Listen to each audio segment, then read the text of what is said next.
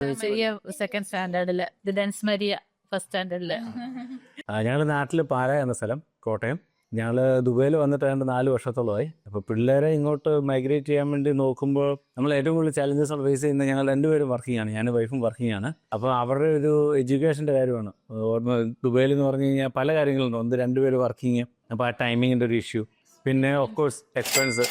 പിന്നെ രാവിലെ പിള്ളേരെ ബസ്സിന് കേൾപ്പിച്ച് സ്കൂളിൽ വിടണം, അവരെ തിരിച്ചു വരുമ്പോൾ അവരെ പിക്ക് ചെയ്യാൻ വേണ്ടി ആൾ വേണം. അപ്പം അങ്ങനെയാണ് ഇങ്ങനെ ആലോചിച്ചപ്പോൾ ഹോം സ്കൂളിങ്ങിൻ്റെ ഒത്തിരി ഓപ്ഷൻസ് നമ്മൾ കണ്ടു. പലയിടത്തും ഒത്തിരി ഇടത്തുനിന്ന് ആളുകളും ഇൻസ്റ്റയിലൊക്കെ നമ്മൾ ഒത്തിരി അഡ്വർടൈസ്മെൻ്റ് ഒക്കെ കണ്ടു. പക്ഷേ അതിനകത്ത് ഞങ്ങൾക്ക് മർക്കസിൻ്റെ വന്നപ്പോൾ നമ്മൾ കോഴിക്കോട് നമ്മുടെ നാട്ടിൽ തന്നെ ഉള്ള ഒരു ഇൻസ്റ്റിറ്റ്യൂട്ട്, പിന്നെ മർക്കസിൻ്റെ ബാക്ക്ഗ്രൗണ്ട് നോക്കിയപ്പോൾ നാട്ടിൽ ഇൻസ്റ്റിറ്റ്യൂട്ട് ഉണ്ട്. പിന്നെ വിളിച്ച് അന്വേഷിച്ച് കഴിഞ്ഞപ്പം എന്താ വെച്ചാൽ റെസ്പോൺസ് വളരെ ഇതായിരുന്നു. നമുക്ക് ഇങ്ങോട്ട് തരുന്ന ഒരു റെസ്പോൺസ്, അതായത് നമ്മൾ എപ്പോൾ വിളിച്ചു കഴിഞ്ഞാലും അതിനൊരു മറുപടി നമുക്ക് കിട്ടും. ഒരു മെസ്സേജ്, വാട്സപ്പിൽ മെസ്സേജ് ഇട്ട് കഴിഞ്ഞാൽ അതിന് ഏറ്റവും പെട്ടെന്ന് തന്നെ നമുക്ക് യാതൊരു ടൈം ഡിലേ ഇല്ലാതെ നമ്മുടെ ഡൗട്ട് എല്ലാം ക്ലിയർ ചെയ്യുന്ന ഒരു റെസ്പോൺസ്. അതാണ് നമുക്ക് ഏറ്റവും അത്യാവശ്യം. നമുക്ക് പിന്നെ ഫീസ് സ്ട്രക്ചർ ആണെങ്കിലും വളരെ അഫോർഡബിൾ, നമുക്ക് പറ്റുന്ന ഒരു രീതിയിൽ നമുക്ക് മാനേജ് ചെയ്യാന്നുള്ളൊരു രീതിയിൽ പോകുന്നു.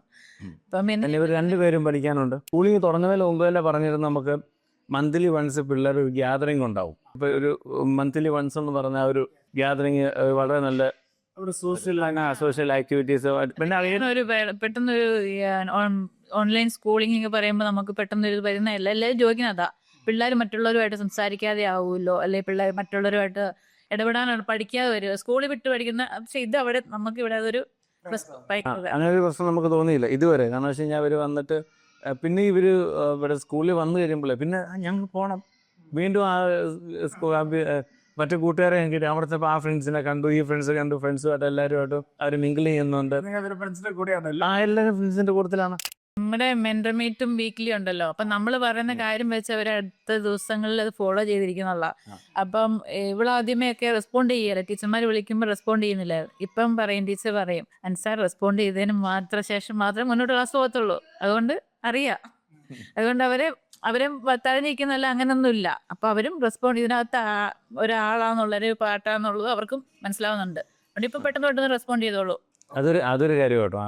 വീക്ക്ലി വൺസ് പേരൻസും ടീച്ചേഴ്സും ആയിട്ടുള്ള, മറ്റേ നമ്മൾ നാട്ടിലെ സ്കൂളിൽ എന്ന് പറഞ്ഞാൽ നമുക്ക് പേരൻസ് മീറ്റിംഗ് നടത്തുമ്പോൾ മാത്രമേ ഉള്ളൂ. ഇതങ്ങനെയല്ല, എല്ലാ ആഴ്ചയിലും നമ്മൾ ടീച്ചേഴ്സുമായിട്ട് ഇമ്പാക്ട് ചെയ്യുന്നുണ്ട്. പിള്ളേരുടെ പഠിത്തത്തിൻ്റെ എന്താണ് പ്രശ്നം, എവിടെയാണ് റെക്ടിഫൈ ചെയ്യേണ്ടതെന്നുള്ളത് നമുക്ക് അവർ പറഞ്ഞു തരുന്നുണ്ട് ഓരോ.